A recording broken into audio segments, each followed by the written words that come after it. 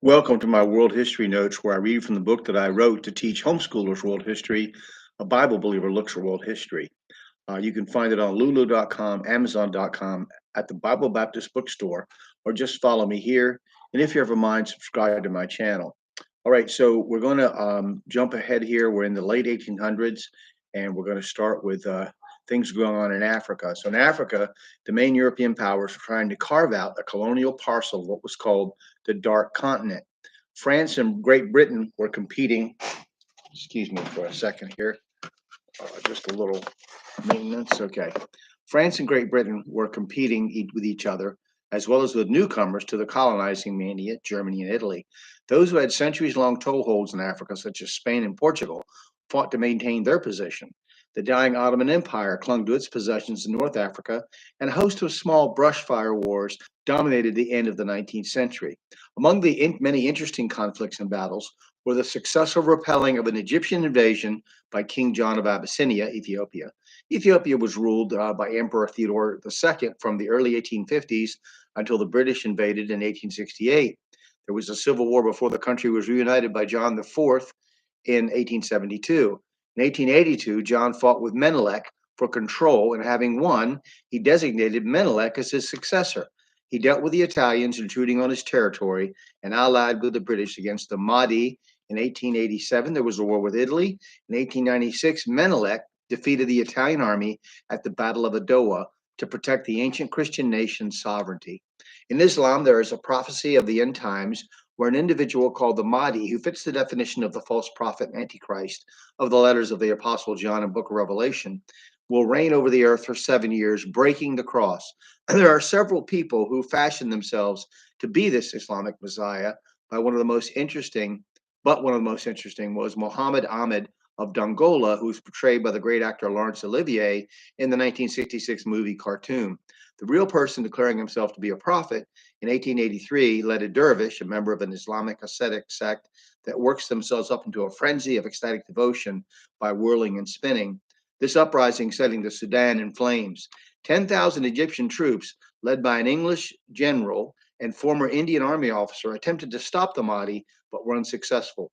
General Charles Chinese Gordon, so named because of his success in China, was sent to Khartoum, Sudan, to help the Egyptian government, allied with the British, to evacuate the Sudan.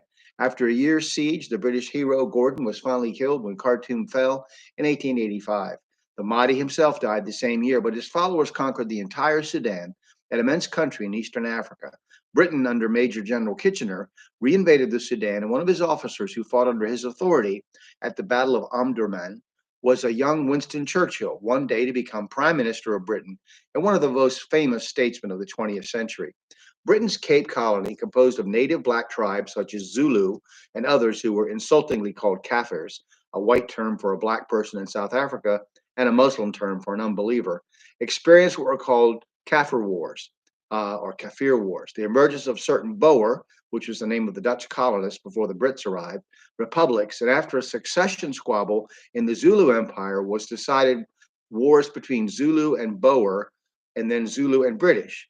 During the Zulu War of 1879, which occurred after the invasion of Zululand, Cetewayo, the Zulu king, went to war with Great Britain. The British lost the disastrous Battle of Isandlwana and staved off defeat by sheer bravery at Rorke's Drift, made famous by the 1964 movie Zulu, starring Michael Caine. 11 Victoria Crosses, the highest award for bravery given in Britain, were awarded for by the Queen, more than any battle in British history. Queen Victoria ruled England longer than any other monarch, ruling just after her 18th birthday in 1837 until her death in 1901. She married her cousin, Prince Albert Saxe-Coburg, in 1840 and gave birth to 9 children. She remained a widow until her death after he succumbed to typhoid in 1869. Under her reign, several important British diplomats and influential statesmen served, including William Gladstone, leader of the Liberals in the House of Commons and Prime Minister in 1868, and Benjamin Disraeli, the Tory conservative, who became her prime minister in 1874. Queen Victoria is said to have remarked that she wished Christ would return during her reign so she would have the honor of laying her crown at his feet. Diamonds, gold, and greed were the principal factors in the conflict between the Boers in South Africa and their overlords. In 1880, a Boer republic was declared, and open conflict took place between them. This was called the Transvaal Revolt or the First Boer War. It ended with the Treaty of Pretoria in 1881. This was followed by a gun war with the Basuto tribe in 1880-1881 when they refused to give up their firearms. A Zulu War in 1883 to 84, which when restored King Cetshwayo, was overthrown by Zibulu, who was overthrown by Dinuzulu, son of Cetshwayo, the establishment of a German colony in Southwest Africa in 1884, the discovery of gold in Witwatersrand stand in Zululand in 1886, a Zulu rebellion when the British annexed Zululand in 1887, the Matabele Mashona tribe wars in 1893, which the British intervened on the side of the Mashona, and finally, a Matabele uprising in 1896. English businessman Cecil Rhodes established the African colony, then country of Rhodesia, which is now called Zimbabwe. He also meddled in geopolitics, believing in one world government led by Great Britain, and setting up organizations such as the Round Table to indoctrinate future diplomats to further that purpose, and funded a Rhodes Scholarship at Oxford also to further his cause. Much of the political philosophy that influenced British and even American international politics in the 20th century can be seen through his eyes. He was one of those people whose influence extends far beyond the grave, which tendrils even extend to Presidents Clinton and Bush. Cecil Rhodes' belief in the superiority of Great Britain can be summed up in this quote, I contend that we, the British, are the finest race in the world, and the more of the world we inhabit, the better it is for the human race. His meddling brought on the infamous Jameson raid into the Transvaal in 1895 and 96, which led to the Boer diplomat Kruger giving an ultimatum to the British government in 1899, which resulted in the horrible Boer War between 1899 and 1902. It was a guerrilla war with mounted Boers armed with repeating rifles, picking off British troops from concealment. And although a British victory, it was a terrible lesson for British leadership, ending in the Treaty of Vereeniging in 1902. This war saw the first widespread use of disease-infested concentration camps to brutalize an enemy. In East Africa, Britain fought wars with the Arab slave traders in Nyasaland between 1885 and 1898. I mispronounced it, I'm sure.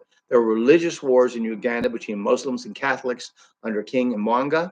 The Catholics and King Mwanga won in 1889, and then the victors proceeded to have conflicts with Protestants. In order to prevent further German expansion, Britain secured a 50-year lease on the east coast of Africa from the Sultan of Zanzibar.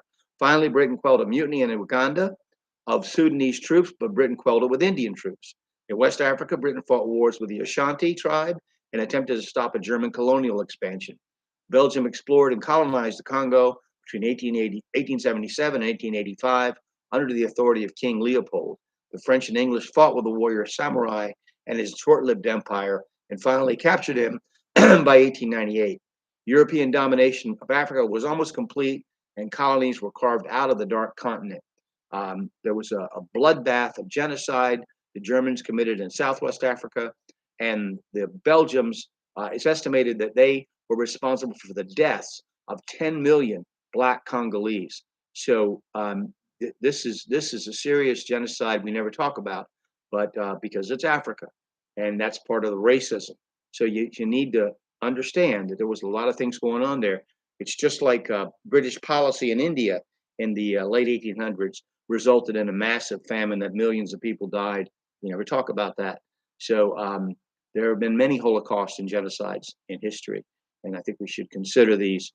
But we'll talk about South Asia next, and I hope you'll at least have your own conclusion about world history. I don't care if you believe what I'm saying or agree with me or disagree with me or are offended by what I say, as long as you say, hey, you know what, I looked at it and this is what I believe, or this is what I think I found. So thank you, and we'll begin next time. Have a great day.